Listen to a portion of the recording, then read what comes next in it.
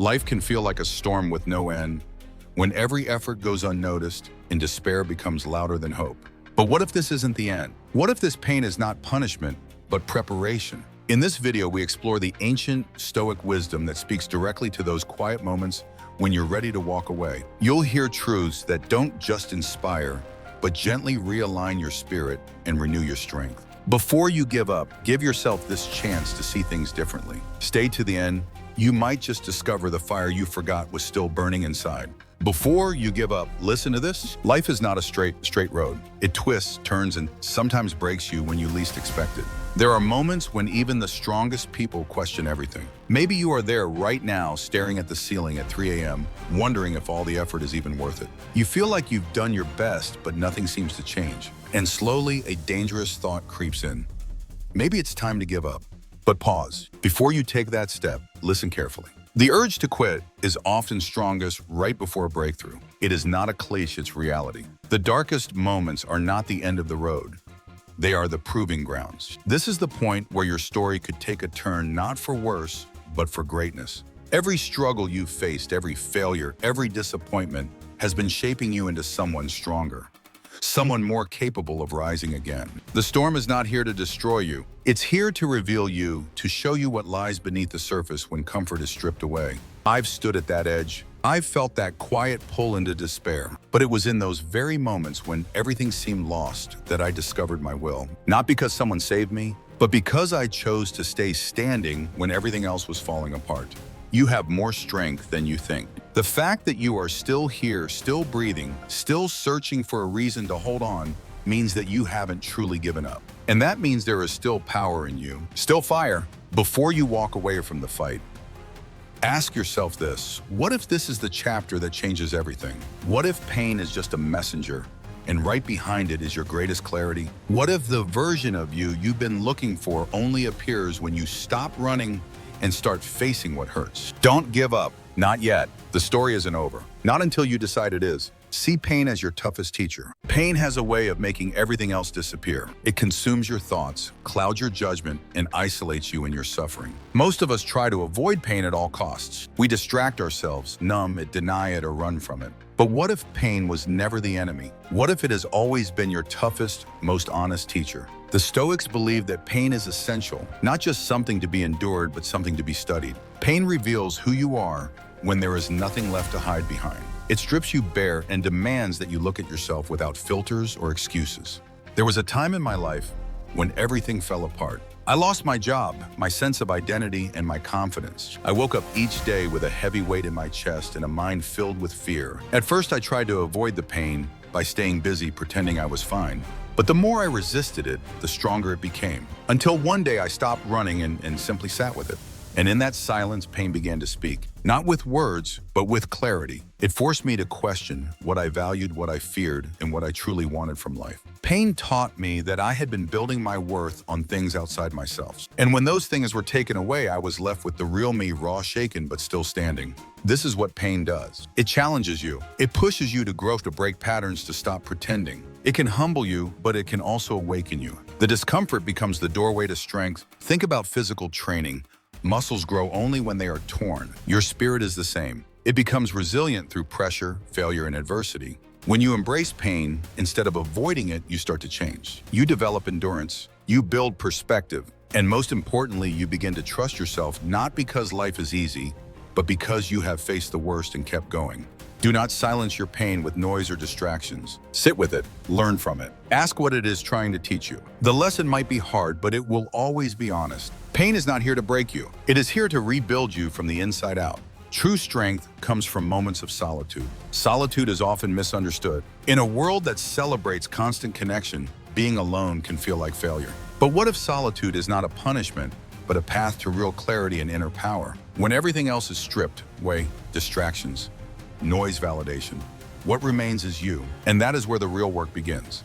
There were days when I felt completely isolated. No one to talk to, no one checking in, just silence. It was uncomfortable at first. I used to fill every moment with noise, with scrolling, with talking, with doing. But eventually I stopped fighting the silence and started listening to it.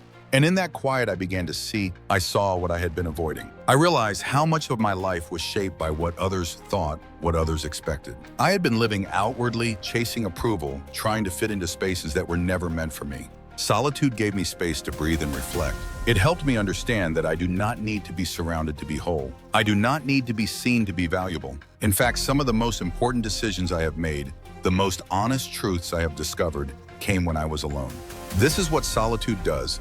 It removes the mask. It takes you out of performance mode and into presence. It reminds you that your worth is not up for negotiation, that you are enough even when no one is watching. It shows you that inner peace does not depend on external validation.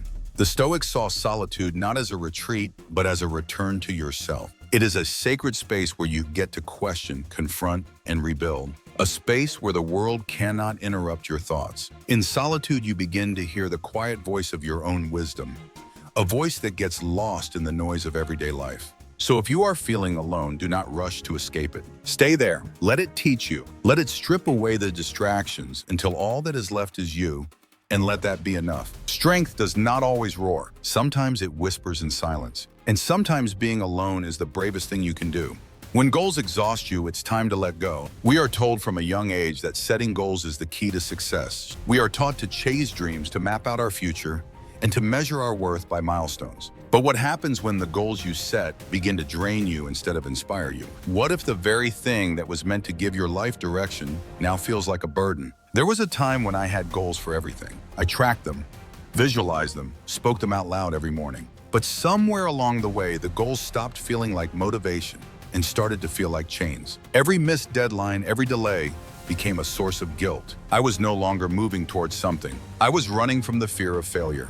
The Stoics understood this struggle. They taught that our peace should not be tied to outcomes we cannot control. Goals are useful, yes, but only if they serve your growth, not your ego. When your goals become rigid, when they trap you in a constant loop of dissatisfaction, they no longer serve you. They control you. Letting go does not mean giving up. It means shifting your focus from the result to the process. It means showing up fully each day, not because you are chasing something far away, but because who you are becoming in the process matters more. It is the effort, the intention, the presence that is where fulfillment lives. There is power in adjusting the path when it no longer aligns with your values. There is wisdom in saying this goal once served me, but it no longer reflects who I am. You are allowed to change. You are allowed to outgrow the dreams you once clung to. Letting go of a goal is not failure.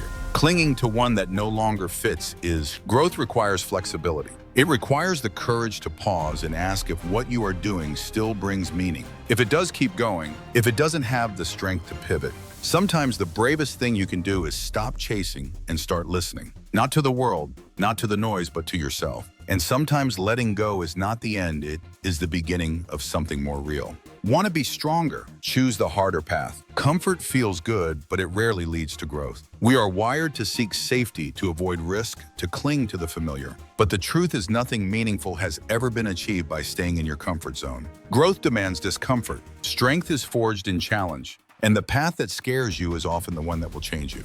There was a period in my life when I chose the easy way every time. I avoided hard conversations, difficult decisions, and uncertain opportunities. I thought I was protecting myself, but I was only limiting myself. I wasn't growing, I was shrinking. And deep down, I knew it. One day, I made a different choice. I signed up for something I wasn't ready for, something that terrified me. The process was brutal. I doubted myself every step of the way. But when I finished, I realized I had become someone new. Not because I succeeded, but because I endured. Because I stepped into fear instead of away from it. The Stoics believed that hardship is essential. They trained themselves to face adversity, not avoid it. They saw each trial as an opportunity to strengthen the mind and sharpen the soul. Modern life tries to sell you the easy way, but the easy way rarely builds character. What makes you stronger is not what feels good, but what demands more of you. When you choose the harder path, you say to life, I am not here for ease. I am here for truth, for growth, for something real. You accept that pain will visit you, but that you will not be broken by it. You will be shaped by it. The harder path teaches resilience. It gives you stories you are proud of, not because they were easy, but because you overcame. It prepares you for what life will throw at you, not just with skills, but with grit. So the next time you are given a choice between what is comfortable and what is challenging, ask yourself, Which one will make me stronger? Which one will help me become the person I want to be? And when you find that answer, do not hesitate. Take the harder path. Your future self will thank you. Mastering emotions, a vital skill in adversity. Emotions are powerful. They can drive us to action or paralyze us with fear. They can deepen our relationships or destroy them in an instant. Most people are ruled by their emotions without even realizing it. They react instead of responding. They explode in anger, collapse in sadness, or freeze in anxiety. But Stoicism teaches us something different. It teaches us that emotions are not to be suppressed or ignored, but to be understood, observed, and mastered. Mastering your emotions does not mean pretending not to feel. It means recognizing what you feel, where it comes from, and choosing how to respond. It means putting space between stimulus and reaction. That space is where your freedom lives. There was a time when my emotions controlled everything. If something went wrong, I would spiral into frustration or blame. If someone hurt me, I would either shut down or lash out. I thought I was being authentic, but really I was being reactive. It took me years to understand that discipline over emotion is not weakness. It is strength. The Stoics trained themselves to pause, to breathe, to ask what is within my control right now. Is this emotion helping me or hurting me? They believed that the mind once trained could become stronger than the storm. And that inner calm, even in chaos, is the mark of true strength. You will never stop feeling. You are human, but you can learn to feel deeply without drowning in those feelings. You can be angry and still act with respect. You can feel afraid and still move forward. You can be disappointed and still remain grounded. The goal is not to be emotionless. The goal is to become emotionally intelligent, to see emotions as signals, not commands, to use them as information, not orders. And when you do, you begin to reclaim your inner peace. In adversity, your emotions will rise, but you do not have to rise with them. You can observe them like waves passing through. Let them come, let them go. Stand still in the middle of the storm. That stillness is your power. That calm is your edge. Don't wait for someone to save you. Stand up for yourself. There comes a moment when you have to stop waiting for someone to see your worth, waiting for an opportunity to fall into your lap, waiting for a sign that things will get better. The truth is, no one is coming to rescue you. And that is not a reason to despair. It is a reason to rise. For too long, I believed that if I worked hard, stayed quiet, and followed the rules, life would reward me. I waited for people to notice me, to validate me, to lift me up. But the recognition never came. And one day I realized something that changed everything. The world responds not to need, but to power. You have to claim your space. You have to speak your truth. You have to be your own advocate. Standing up for yourself is not arrogance. It is self-respect. It is acknowledging that you matter, that your voice deserves to be heard. It means no longer shrinking to fit someone else's comfort. It means setting boundaries, saying no when necessary and yes when it aligns with your truth.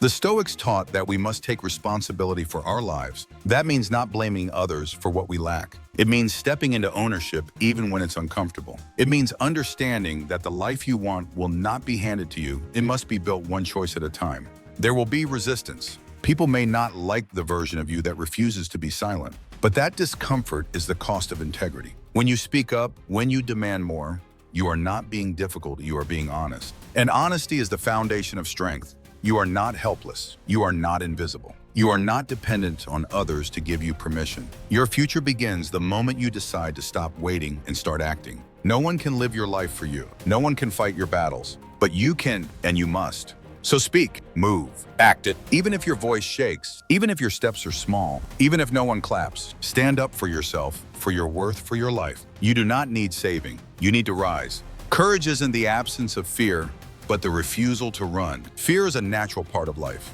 It shows up in uncertainty and risk, in loss in the unknown. And yet for many, fear becomes the master. It shapes decisions, limits choices, and quietly builds a life that is small and safe, but not fulfilling. True courage is not about eliminating fear. It is about changing your relationship with it. There was a time I believed that brave people didn't feel fear, that they acted without hesitation, without doubt. But I was wrong. The bravest people I've met were full of fear. They just chose not to run. They chose to act anyway. And that choice made all the difference. Courage is a quiet decision made in the middle of chaos. It's saying, I don't know what comes next, but I will face it. It's choosing presence over avoidance, commitment over escape. It's showing up not because you feel ready, but because you know hiding will cost you more. The Stoics saw fear as an internal obstacle, not an external threat. They believed that what truly harms us is not what happens, but how we respond. Fear will knock at your door. Courage is choosing to open it, look it in the eye, and keep walking forward. I've faced moments when fear nearly broke me. I've hesitated, doubted, wanted to run. But every time I stayed, every time I leaned into the discomfort, I discovered strength I didn't know I had. Not because the fear disappeared, but because I moved forward anyway. Courage is built like a muscle. You strengthen it by doing the hard thing when it would be easier to retreat. You choose the hard conversation. You make the uncertain leap. You stand up when your knees shake. And in doing so, you become someone different, someone braver, someone freer. So the next time fear whispers, you can't respond with, "I will." Let your actions speak louder than your anxiety. Let your steps be guided not by what's safe, but by what's right. You don't need to feel fearless to be courageous. You just need to refuse to run. Worry is a burden you can choose to put down. We spend so much time worrying about the future, about what might happen, about what we cannot control. Worrying becomes a constant companion dragging us down with its weight. It whispers to us that we are not enough, that we are not prepared, that we cannot handle what's coming. But what if, instead of believing those thoughts, we chose to lay that burden down? Worry is a form of resistance. It's a mental habit that convinces us that worrying about something makes us prepared for it. But in truth, all it does is drain our energy, cloud our judgment, and keep us stuck in a state of fear. The Stoics believed that worry was pointless because it takes our focus away from the present moment, the only moment we truly control. There was a time when worry consumed me. I worried about everything: the next failure, the next mistake, the next disappointment. It was as if I was living in a future that hadn't even arrived yet. And that future, filled with worst-case scenarios, kept me paralyzed in the present. The more I worried, the less I acted. The more I focused on what might go wrong, the more I missed what was right in front of me. One day I realized something. I realized that I didn't have to carry this burden. Worrying wasn't protecting me, it was holding me back. It wasn't making me stronger.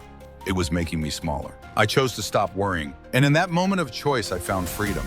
The Stoics taught that we must focus on what we can control: our actions, our responses, our thoughts. Worrying about things outside of our control is like trying to steer a ship through a storm by focusing on the waves. The waves are beyond our reach, but our course is ours to set. By letting go of worry, we reclaim our power.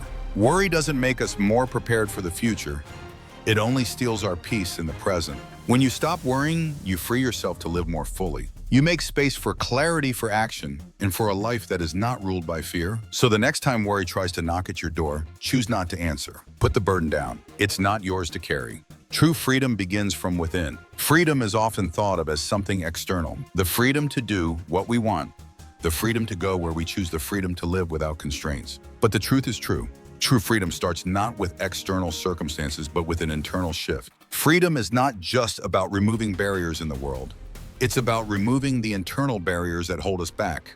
The Stoics believed that true freedom lies in the ability to control our own responses. No matter what happens around us, no matter what circumstances arise, we always have control over how we react. This is the foundation of inner freedom.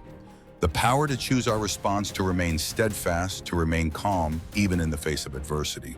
I spent many years believing that freedom was about escaping my problems, running away from difficult situations, or changing the world to fit my desires. But I was wrong. True freedom doesn't come from avoiding difficulty. It comes from the ability to face difficulty with clarity, to choose how we engage with the world, to choose how we shape our thoughts and actions. Once I realized this, everything changed. I began to understand that the world doesn't need to change for me to feel free. I just needed to change the way I approached it. I stopped letting external circumstances define my state of mind. I started to take full responsibility for my emotional responses. And in that responsibility, I found true freedom. Freedom is not the absence of responsibility. It is the ability to take full responsibility for your life and your choices. It's the ability to live in alignment with your values regardless of external pressures. It's the ability to stand tall in the face of challenges, knowing that your peace and your strength come from within, not from what the world gives you. The Stoics knew that external events are outside our control, but our response to those events is always within our power. By focusing on what we can control, our thoughts, our actions, our attitude, we reclaim our freedom. And in that freedom, we find peace. True freedom is not the absence of constraints. It is the freedom to choose how we respond to them. It is the freedom to remain calm, focused, and clear, no matter what life throws at us. It is the freedom to be at peace with ourselves, regardless of the noise of the world. So if you are searching for freedom, look within. It is not outside you. It is not in the things you can accumulate or the places you can go. It is within you in the way you choose to live, in the way you choose to think, in the way you choose to be. Finally, freedom is not something you find in the outside world, but a choice you make every day within yourself. When you learn to master your emotions, face your fears, and stop worrying about things beyond your control, you will realize that true freedom always starts from within. This freedom does not depend on circumstances, but on your ability to choose to live authentically, no matter how difficult life may be. Stand firm, and you will find freedom in every step you take.